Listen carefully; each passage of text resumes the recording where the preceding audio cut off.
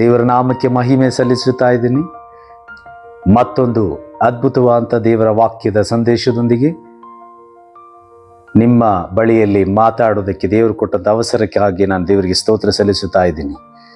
ಇದಕ್ಕಾಧಾರವಾಗಿ ಓದಿಕೊಳ್ಳೋದಕ್ಕೆ ಬಯಸುತ್ತಾ ಇದ್ದೀನಿ. ಪ್ರಸಂಗಿಯ ಪುಸ್ತಕ 12ನೇ ಅಧ್ಯಾಯ 1ನೇ ವಾಕ್ಯ. ಅದು ಹೀಗೆ ಹೇಳಲ್ಪಟ್ಟಿದೆ: ಕಷ್ಟದ ದಿನಗಳು ಸಂತೋಷವಿಲ್ಲವೆಂದು ನೀನು ಹೇಳುವ ವರ್ಷಗಳು ಸಮೀಪಿಸುವುದರೊಳಗಾಗಿ ಯೌವನದಲ್ಲಿಯೇ ನಿನ್ನ ಸೃಷ್ಟಿಕರ್ತನನ್ನು ಸ್ಮರಿಸು ಎಂಬುದಾಗಿ ವಾಕ್ಯ ಹೇಳ್ತಾ ಇದೆ. ಪ್ರಿಯ ದೇವರ ಮಕ್ಕಳೇ, ಯೌವನ ಕಾಲ ಎಂಬುವಂಥದ್ದು ನಾವು ನಮ್ಮ ಸೃಷ್ಟಿಕರ್ತನ ಸ್ಮರಿಸಬೇಕೆಂಬುದಾಗಿ ದೇವರ ವಾಕ್ಯ ಹೇಳುತ್ತಾ ಇದೆ.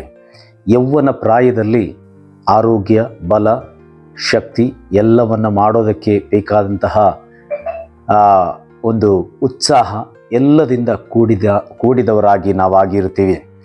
ಈ ಯೌವನ ಕಾಲವನ್ನು ನಾವು ಅನೇಕ ಕಾರ್ಯಗಳಿಗೋಸ್ಕರ ನಾವು ಉಪಯೋಗಿಸ್ತೀವಿ. ಆದರೆ ದೇವರ ವಾಕ್ಯ ಹೇಳ್ತಿದೆ, ಕಷ್ಟದ ದಿನಗಳು ಸಂತೋಷವಿಲ್ಲವೆಂದು ನೀನು ಹೇಳುವ ವರ್ಷಗಳು ಸಮೀಪಿಸುವುದರೊಳಗಾಗಿ ಎಂಬುದಾಗಿ ವಾಕ್ಯ ಹೇಳ್ತದೆ. ಅಂದರೆ ಕಷ್ಟದ ದಿನಗಳು ಬರುತ್ತೆ, ಸಂತೋಷವಿಲ್ಲ, ನಮ್ಗೆ ಯಾಕೆ ಈ ಕಷ್ಟ ಎಂಬುದಾಗಿ ಹೇಳುತ್ತಾ ದುಃಖ ಪಡುವಂಥ ಒಂದು ಕಾಲ ಬರುತ್ತೆ ಎಂಬುದಾಗಿ ವಾಕ್ಯ ಹೇಳ್ತದೆ. ಯಾಕೆ ಹಾಗೆ ಹೇಳಲ್ಪಟ್ಟಿದೆ ಎಂಬುದಾಗಿ ಕೇಳಿದರೆ, ಕೀರ್ತನೆ ಅದರ 25 ಅದರ 7ನೇ ವಾಕ್ಯ ಹೇಳ್ತಿದೆ: ಯೆಹೋವನೇ, ನನ್ನ ಯೌವನದ ತಪ್ಪುಗಳನ್ನು ದ್ರೋಹಗಳನ್ನು ಮನಸ್ಸಿನಲ್ಲಿಡದೆ ನಿನ್ನ ಕೃಪೆಗೆ ತಕ್ಕಂತೆ ದಯಾಪೂರ್ವಕವಾಗಿ ನನ್ನನ್ನು ನಡೆಸು ಎಂಬುದಾಗಿ. ಅದರ ಅರ್ಥ, ಯೌವನ ಕಾಲದಲ್ಲಿ ನಾವು ಮಾಡುವಂಥ ತಪ್ಪುಗಳು, ನಾವು ಮಾಡುವಂತಹ ಅನೇಕ ತಪ್ಪಾದಂತಹ ಕಾರ್ಯಗಳಿಗೆ ನಾವು ಆಗ ಅನುಭವಿಸದೇ ಇದ್ದರೂ ಕೂಡ ನಮ್ಮ ಯೌವನ ಕಾಲದ ನಂತರವಾಗಿ ನಾವು ಮಾಡಿದಂತಹ ಪ್ರತಿಯೊಂದು ತಪ್ಪುಗಳಿಗೆ ಶಿಕ್ಷೆಯನ್ನು ಅನುಭವಿಸಬೇಕಾಗಿ ಬರಬಹುದು. ವಾಕ್ಯ ಹಾಗೆ ಹೇಳ್ತಾ ಇದೆ. ಯೌವನ ಕಾಲದಲ್ಲಿ ನಾವು ಮಾಡುವಂಥ ಪ್ರತಿಯೊಂದು ತಪ್ಪುಗಳು ಆಗ ನಮಗೆ ಅದಕ್ಕೆ ಉತ್ತರ ಸಿಗಲ್ಲ.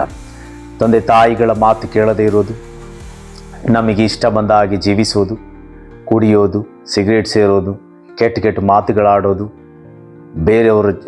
ಬೇರೆಯವರೊಂದಿಗೆ ಸೇರಿ ಬೇಡದಂತಹ ಕೆಲಸಗಳಿಗೆ ಕೈ ಹಾಕೋದು, ಜಗಳ ಆಡೋದು, ಮತ್ತೊಬ್ಬರನ್ನು ವಂಚಿಸೋದು, ಅನ್ಯಾಯ ಮಾಡೋದು, ಹೊಡೆದಾಡೋದು, ಇಂತಹ ಅನೇಕ ಕಾರ್ಯಗಳು ಯೌವನ ಕಾಲದಲ್ಲಿ ಯೌವನಸ್ಥರಾದಂಥವರು ಮಾಡೋದುಂಟು. ಪ್ರಿಯ ದೇವಜನರೇ, ಅನೇಕ ಆವೃತ್ತಿ ನಮಗೆ ಗೊತ್ತಿಲ್ಲ ಇದರ ಪರಿಣಾಮ ಏನೆಂಬುದಾಗಿ. ದೇವರ ವಾಕ್ಯವನ್ನು ತಿಳಿದು ದೇವರ ಮಗು ಆದಂಥ ಒಬ್ಬ ಯೌವನಸ್ಥ ಹುಡುಗ ಇಲ್ಲ ಒಂದು ಯೌವನಸ್ಥ ಮಗಳು ತಿಳ್ಕೊಳ್ಬೇಕಂತ ಕಾರ್ಯ, ನಿಮ್ಮ ಯೌವನ ಕಾಲದಲ್ಲಿ ನೀವು ಮಾಡುವಂಥ ಪ್ರತಿಯೊಂದು ತಪ್ಪಿಗೆ ಉತ್ತರ ಹೇಳಬೇಕಾದಂತಹ ಸಮಯ ಇದೆ ಎಂಬುದಾಗಿ ಬೈಬಲ್ ಹೇಳ್ತಾ ಇದೆ. ಯೌವನ ಕಾಲ ದೇವರು ಕೊಟ್ಟಿರುವಂಥದ್ದು ದೇವರನ್ನು ಸ್ಮರಿಸಿರಿ ಎಂಬುದಾಗಿ ದೇವರ ವಾಕ್ಯ ಹೇಳ್ತಾ ಇದೆ. ಯೌವನ ಕಾಲದಲ್ಲಿ ನೀವು ಮಾಡುವಂಥ ತಪ್ಪುಗಳನ್ನೆಲ್ಲ ಬಿಟ್ಟು, ಯಾರಿಗೂ ಗೊತ್ತಿಲ್ಲದೆ, ತಂದೆ ತಾಯಿಗಳಿಗೆ ಗೊತ್ತಿಲ್ಲದೆ, ಸೇವಕರಿಗೆ ಗೊತ್ತಿಲ್ಲದೆ, ನೀವು ಪ್ರೀತಿಸುವವರಿಗೆ ಗೊತ್ತಿಲ್ಲದೆ ನೀವು ಮಾಡುವಂಥ ಎಲ್ಲ ತಪ್ಪುಗಳನ್ನು ಬಿಟ್ಟು ಕರ್ತನನ್ನು ಸ್ಮರಿಸೋದಾದರೆ ಖಂಡಿತವಾಗಲೂ ನಿಮ್ಮ ಜೀವನದಲ್ಲಿ ಆಶೀರ್ವಾದವಾಗುತ್ತೆ. ಪ್ರಿಯ ದೇವರ ಮಕ್ಕಳೇ, ಇಯ್ಯೋಬನ ಪುಸ್ತಕದಲ್ಲಿ 13ನೇ ಅಧ್ಯಾಯ ಅದರ 26ನೇ ವಾಕ್ಯ ಈ ಪ್ರಕಾರವಾಗಿ ಹೇಳಲ್ಪಟ್ಟಿದೆ: ನನ್ನ ವಿಷಯವಾಗಿ ಕಠಿಣವಾದ ತೀರ್ಪುಗಳನ್ನು ಬರೆದು ನನ್ನ ಯೌವನದ ಪಾಪಗಳ ಫಲದ ಬಾಧ್ಯತೆಯನ್ನು ನನಗೆ ಕೊಟ್ಟಿದ್ದಿ. ಯೌವನದಲ್ಲಿ ಮಾಡಿರುವಂಥ ಪಾಪದ ಫಲದ ಬಾಧ್ಯತೆ ನನಗೆ ಕೊಟ್ಟಿದ್ದಿ. ಪ್ರಿಯ ದೇವಜನರೇ, ಯೌವನದಲ್ಲಿ ನಾವು ಮಾಡುವಂಥ ಪ್ರತಿಯೊಂದು ಪಾಪಕ್ಕೆ ಅದರ ಶಿಕ್ಷೆಯು ಆಗ ಸಿಗದೇ ಇರ್ಬೋದು, ಮುಂದೆ ನಾವು ನಮ್ಮ ಜೀವನದಲ್ಲಿ ಕಾಣಬರುತ್ತೆ. ಆದ ಕಾರಣ ನಾವು ಏನು ಮಾಡಬೇಕು? ಪ್ರಿಯ ದೇವರ ಮಕ್ಕಳೇ, ಪ್ರಸಂಗಿಯ ಪುಸ್ತಕದಲ್ಲಿ ಹೇಳಿದ ಪ್ರಕಾರ ಕಷ್ಟದ ದಿನಗಳು ಸಂತೋಷವಿಲ್ಲದ ದಿನದು ಬರೋಕ್ಕಿಂತ ಮುಂಚೆ ನಾವು ಏನು ಮಾಡಬೇಕೆಂಬುದಾಗಿ ಕೇಳಿದೆ. ಈ ಯೌವನ ಕಾಲದಲ್ಲಿ ಪಾಪ ಕೃತ್ಯಗಳನ್ನು ಬಿಟ್ಟು ಈ ಲೋಕದ ಜನರು, ಲೋಕದ ಯೌವನಸ್ಥರು ಪಾಪದ ಕಡೆಗೆ ಓಡುವಾಗ ದೇವರ ಮಗುವಿಗೆ ಅದಕ್ಕೆ ಅನುಮತಿ ಇಲ್ಲ.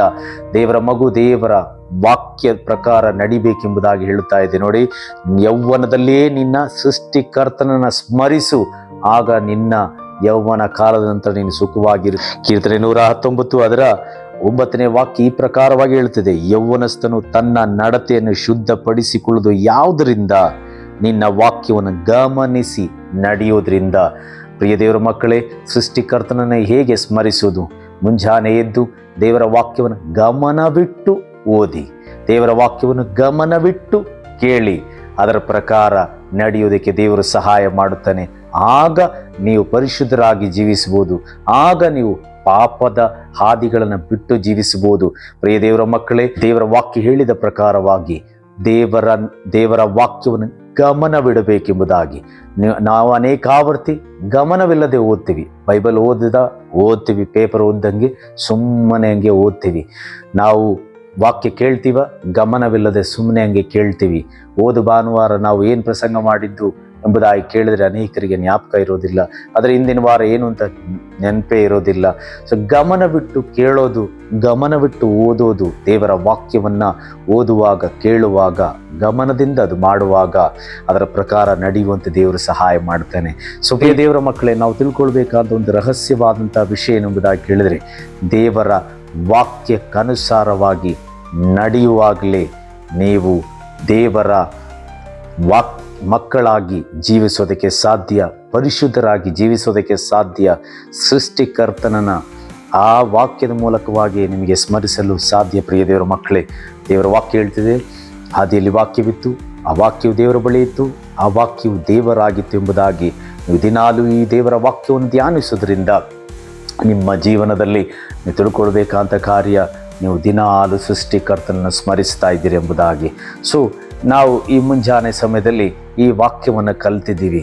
ಪ್ರಿಯ ದೇವರ ಮಕ್ಕಳೇ, ಈ ವಾಕ್ಯವನ್ನು ಕೇಳುವಂಥ ನಿಮ್ಮ ಜೀವನದಲ್ಲಿ ನಾವು ಯೌವನದಲ್ಲಿ ಆಗಿರೋದಾದರೆ, ಇಲ್ಲ ನೀವು ಯೌವನ ಕಾಲದಲ್ಲಿ ಆಗಿದ್ದರೆ, ಖಂಡಿತವಾಗಲೂ ಈ ವಾಕ್ಯ ನಿಮ್ಮೊಂದಿಗೆ ದೇವರ ಆತ್ಮನು ಮಾತಾಡೋದು. ಪ್ರಿಯ ದೇವ ಜನರೇ, ನೀವು ಯೌವನದ ಕಾಲವನ್ನು ಭಯದಿಂದ, ಭಕ್ತಿಯಿಂದ ಕಳೆಯಿರಿ. ಯೌವನದ ನಂತರ ದೇವರು ನಿಮ್ಮನ್ನು ಸಂರಕ್ಷಿಸುತ್ತಾನೆ, ಕಾಯ್ತಾನೆ, ನಿಮಗೊಂದು ಸುಖಕರವಾದ ಜೀವನವನ್ನು ದೇವರು ಒದಗಿಸ್ತಾನೆ ಎಂಬುದಾಗಿ ಹೇಳಿ ಮಾತನ್ನು ಮುಕ್ತಾಯಪಡಿಸ್ತೀನಿ. God bless you all. ದೇವರು ನಿಮ್ಮೆಲ್ಲರನ್ನು ಆಶೀರ್ವದಿಸಲಿ.